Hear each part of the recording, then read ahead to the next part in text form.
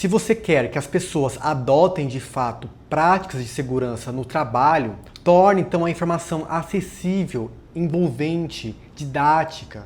Fale sobre o assunto em reuniões, crie informativos, infográficos, compartilhe e-mail, compartilhe esses conteúdos de segurança na intranet. E o mais importante, esteja sempre disponível para tirar dúvidas e apoiar quem precisa. Segurança é uma construção coletiva e quanto mais clara, acessível, fácil de ser absorvida, maior será a chance de sucesso. Olá pessoal, eu sou Gabriel Galdino e agora vamos para o capítulo 4 de Alice and Bob Learn Application Security. Estamos quase na metade do livro, estamos saindo da parte mais teórica para a parte mais prática, que imagino que quem gosta de mexer com código vai acabar curtindo mais. E este capítulo é sobre codificação segura, seguindo certinho a lógica do ciclo de desenvolvimento seguro de software, o SLDC. Porque após design, a hora agora é de colocar a mão na massa, escrever o código. Lembrando que dividi esse capítulo aqui em vídeos em duas partes, ok? Para facilitar aí a absorção do conteúdo por vocês. Quando vamos iniciar um novo projeto, a gente precisa pensar na linguagem. Em todos os casos, a regra é usar a linguagem de programação que terá suporte a um longo tempo, a um longo prazo. Por isso, nunca comece com uma versão mais antiga. Avalie as ofertas de segurança que a linguagem oferece e tente selecionar uma que tenha todos os recursos de segurança que você deseja incorporar ao seu produto. Nunca selecione um framework, uma linguagem que seja conhecida aí por insegurança, que seja conhecida por problemas de funcionalidade, ou seja, evite linguagens que já são conhecidas por serem problemáticas. Nesse sentido, a Tânia nos mostra que na realidade nem sempre a melhor escolha para um projeto é simplesmente você pegar a linguagem mais segura e a mais moderna. Aqui ela traz exemplos usando o Bob e a Alice para lembrar que na vida real as coisas são bem mais complicadas. Além da tecnologia, tem toda a questão da equipe, da manutenção e do impacto a longo prazo. Vamos ver agora o exemplo do Bob. Ele chegou todo empolgado para o novo projeto na sua empresa e descobriu que a empresa usava uma linguagem antiga e praticamente desconhecida, junto com um .NET. E qual foi a sua aposta natural? O novo software utilizar o .NET, porque é o mais atualizado. Mas aí que veio a surpresa.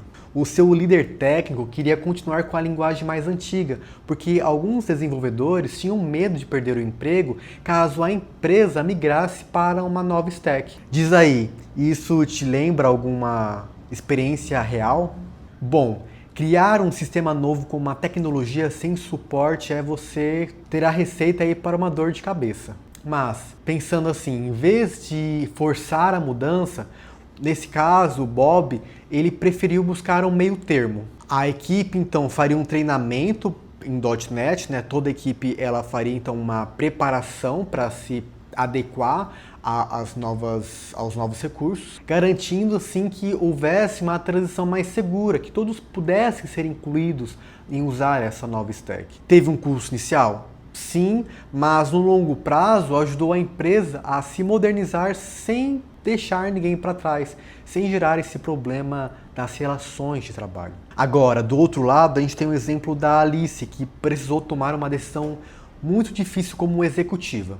Aí nesse exemplo é uma executiva, ela não é uma desenvolvedora. Nesse caso, o time de TI alertou que havia falhas no Java Struts que já tinham dado prejuízo milionário para a organização. Falhas de segurança, atrasos em projetos, impactos na reputação, enfim. E qual era a solução? Nesse caso, a Alice pensou então numa migração gradual para o Java Spring, com um custo inicial de $550 mil, mas que se pagaria aí no primeiro ano dessa transição. Então, com uma análise bem fundamentada, veja só, a Alice ela aprovou essa mudança, ela liderou essa mudança, mas nesse caso foi necessário então criar um plano, criar um projeto, pensar nos custos, trazer aí dados, enfim, pensar na economia da empresa na hora de você fazer uma implantação de um novo recurso, na hora de você fazer adaptação para uma nova stack. Ou seja, foi necessário criar uma estratégia bem pensada. Por isso, precisa ter base até para que executivos não criem ódio dessas decisões. Nesse caso, ela trouxe a Alice como uma pessoa que estava encabeçando esse tipo de movimento, mas na empresa vocês sabem bem que é muito difícil disso acontecer. Então, ao escolher uma linguagem de programação, pense na segurança, mas vá além. Pense no suporte, na longevidade, nos recursos de segurança que realmente importam para o seu projeto. Pense nas pessoas, nas expectativas dessas pessoas. E isso é algo que muitas vezes a gente esquece ou deixa de lado. A Tânia também trouxe uma lista de boas práticas para evitar problemas com entrada de dados não confiáveis, os famosos injection. Mas como eu já falei bastante disso nos últimos vídeos, eu vou poupar vocês de repetição. Então, se você quer ouvir mais sobre esse tema, fica aqui o convite para você conferir os vídeos anteriores e se aprofundar no assunto. Agora, para não deixar passar, eu vou comentar aqui alguns pontos que eu acredito que são bem interessantes. E se, claro, você quiser se aprofundar, também vou deixar um link ali da OAS para, enfim, você poder consultar. Pensa nisso com um checklist mental para quando você estiver codificando, você se preparar para evitar que pessoas façam input, injetam dados não confiáveis na sua aplicação. Vamos lá. Primeiro, valide tudo e sempre. Toda e qualquer informação que entra no sistema precisa ser validada. O tipo, tamanho, formato, fonte, tudo tem que estar dentro do que se é esperado.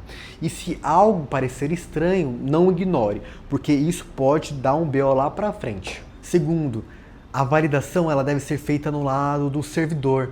Confiar só no lado do cliente é um erro clássico. Qualquer um pode manipular dados antes de enviá-los. Então sempre tenha essa camada extra de segurança em mente.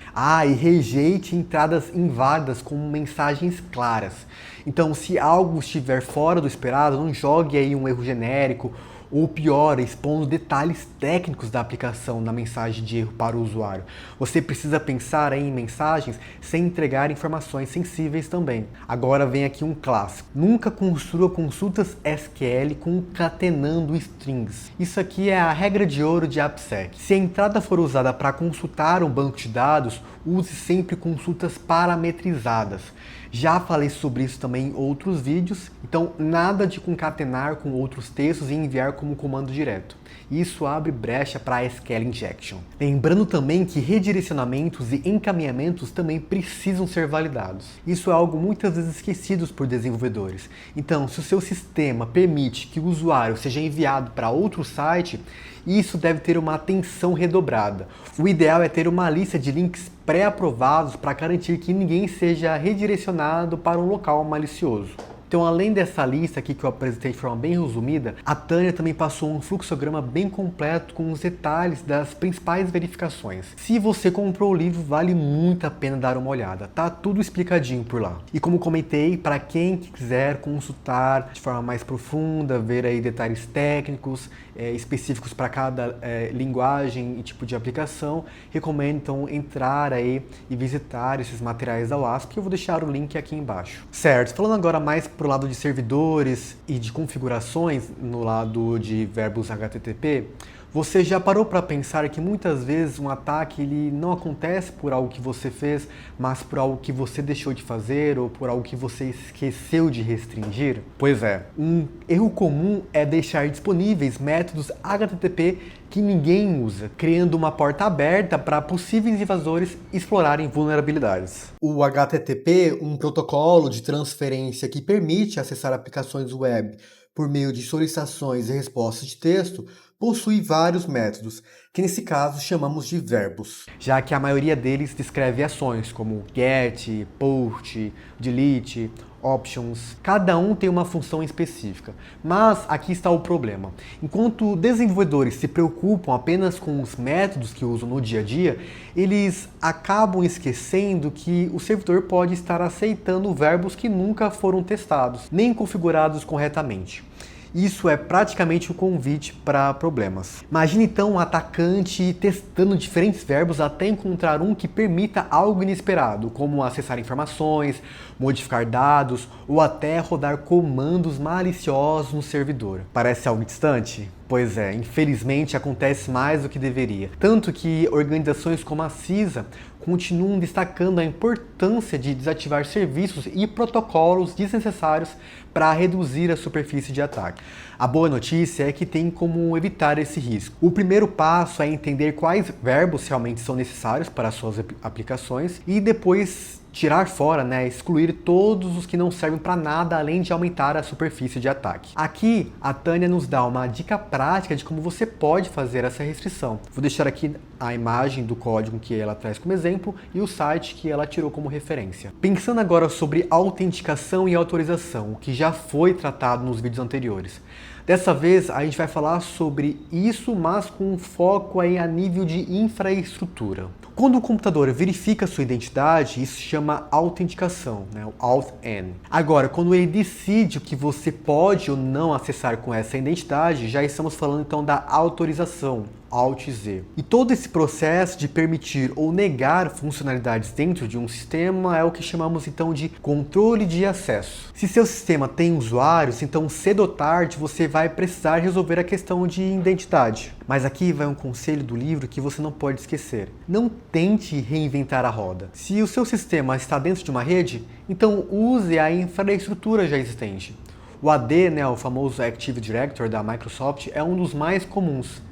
Mas existem várias opções no mercado e a verdade é que praticamente qualquer uma delas vai ser melhor que você tentar construir um sistema de identidade do zero. E nem dá para entrar nessa discussão de como você constrói esse tipo de sistema de identidade. Tanto que a Tânia fala que para falar sobre isso ela precisaria escrever um outro livro. Então, nunca crie seu próprio sistema de identidade, a menos que realmente você precise. Então, se for inevitável, siga aí um protocolo já consolidado, como o Open Authorization. Lembrando que a segurança de identidade é um campo complexo, então melhor confiar em quem já faz isso há muito mais tempo e evitar de correr riscos desnecessários. Seguindo então aqui o capítulo, vamos falar sobre gerenciamento de sessão. A web foi projetada para ser estática, mas evoluiu.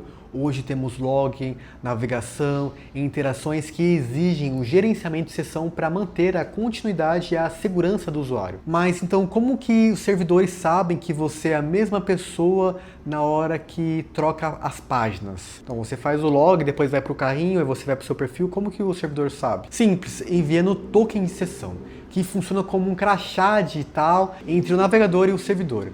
Esse token permite rastrear se um usuário ainda está autenticado ou não. Quando você faz login, uma sessão é criada. Quando você desloga essa sessão, ela precisa ser destruída. Agora, um detalhe importante. Os termos ID de sessão e token de sessão são usados quase que de forma intercambiável no mercado. Mas o ponto-chave aqui é que os IDs de sessão devem ser armazenados de forma segura, geralmente em cookies protegidos, e nunca na URL da página. Outra coisa, não use os IDs de sessão para armazenar outras informações sensíveis, como números de conta ou dados do usuário. Parece prático, mas isso abre um grande risco de segurança. E para falar sobre gerenciamento de sessão, a Tânia também traz algumas orientações baseadas nas folhas de dicas da OASP. E também vou deixar o link aqui embaixo para você poder consultar, que também daria um vídeo inteiro só para falar sobre esse tema. Mas vamos aqui trazer alguns pontos interessantes que o livro também menciona. Primeiro, IDs de sessão eles devem ser imprevisíveis. Isso significa que eles precisam ser gerados aleatoriamente, com um gerador de números bem estabelecido. Sempre que um usuário faz login, o novo ID ele deve ser gerado, evitando então que alguém reutilize um ID antigo para tentar se passar pelo usuário. Outro ponto, a sessão ela deve expirar, então nada de deixar IDs válidos para sempre. Mesmo que o usuário continue logado, sessões precisam de um prazo de validade. E saiba que IDs de sessão devem ser enviados apenas por canais criptografados, como HTTPS. Qualquer outra coisa é abrir a porta para a interceptação. Como comentei, a sessão ela deve ser destruída na hora de você fazer o logout. O que parece óbvio, mas muita gente esquece disso. Assim que o usuário sai, a sessão ela precisa ser invalidada. E lembra que eu falei de não criar seus próprios IDs? Então, nunca aceite um ID de sessão que seu sistema não tenha gerado. Se isso acontecer, deve ser tratado como uma atividade suspeita, então já bloqueie o IP, já veja isso como um alerta. E outra dica importante é faça a regeneração de ID de sessão. Isto é, sempre que houver um evento crítico como login, reautenticação ou mudança de privilégio, gerem um novo ID de sessão. Vamos evitar problemas. Agora, vamos falar sobre um tópico que me chamou muita atenção, porque é algo que eu estudei na época da faculdade e eu acho que ainda é muito presente. Então, vamos falar sobre verificação de limites. Com o tempo, linguagens de programação evoluíram para serem mais seguras em termos de memória, algo que a linguagem C sempre sofreu. Um dos problemas mais conhecidos é o buffer overflow, uma vulnerabilidade crítica que permite a sobrescrição da memória para a exploração. Então, se um programa não verifica corretamente os limites de um espaço de memória, ele pode então permitir que mais dados sejam escritos do que deveria. Isso faz com que esse excesso acabe transbordando para outras partes da memória e sobrescrevendo informações importantes, como endereços de funções ou permissões de execução. E é aí que entra a exploração. Um atacante ele pode injetar mais dados do que esse buffer suporta, corrompendo então o sistema e, em alguns casos, até assumindo o controle da execução da aplicação. Veja só que grave. Então, se você estiver trabalhando com uma linguagem que não é segura para a memória, então é importante seguir aqui algumas regras que devem fazer parte da sua rotina para evitar problemas como o buffer overflow. Vai então aqui a lista de práticas que você não pode ignorar. Primeiro, sempre valide os limites da entrada. Qualquer dado recebido deve ser conferido para garantir que ele caiba dentro do espaço disponível na memória. Teste isso também exaustivamente. Segundo, aproveite as ferramentas já existentes. Muitas linguagens oferecem frameworks ou ferramentas que já implementam essas verificações. Então use isso em vez de ficar reinventando a roda. Cheque o tipo de dado antes de usá-lo. Se o código espera um número, garanta que não está recebendo uma string ou qualquer outra coisa que possa causar problemas. Crie testes unitários específicos para verificar estouros de buffer, ajudando então a evitar falhas sempre que o código for atualizado. E por último, e não menos importante, faça verificações do código sempre que possível. Faça um code review para que você consiga então identificar se nenhuma entrada está sendo tratada de forma descuidada. Bom, chegamos então no final dessa primeira parte do capítulo 4. Confesso que eu estava com muito mais expectativas de ver código. Até então a gente só viu um código aqui que, se não me engano, é em HTML. Vamos esperar que a próxima parte, aí, já que estamos na metade do livro, tenha mais prática, tenha mais conteúdo que envolva código, porque como é um livro focado no desenvolvedor, a gente tem, obviamente, essa expectativa. Se você está gostando dessa série, se você curtiu o vídeo de hoje, então já compartilha nas suas redes, já envia para quem você acredita que queira aprender mais sobre segurança de aplicações e se inscreva no canal. É muito importante para mim ver o número de inscrições crescendo para verificar, para entender que vocês estão apoiando, estão gostando também desse projeto. Muito obrigado e até a próxima.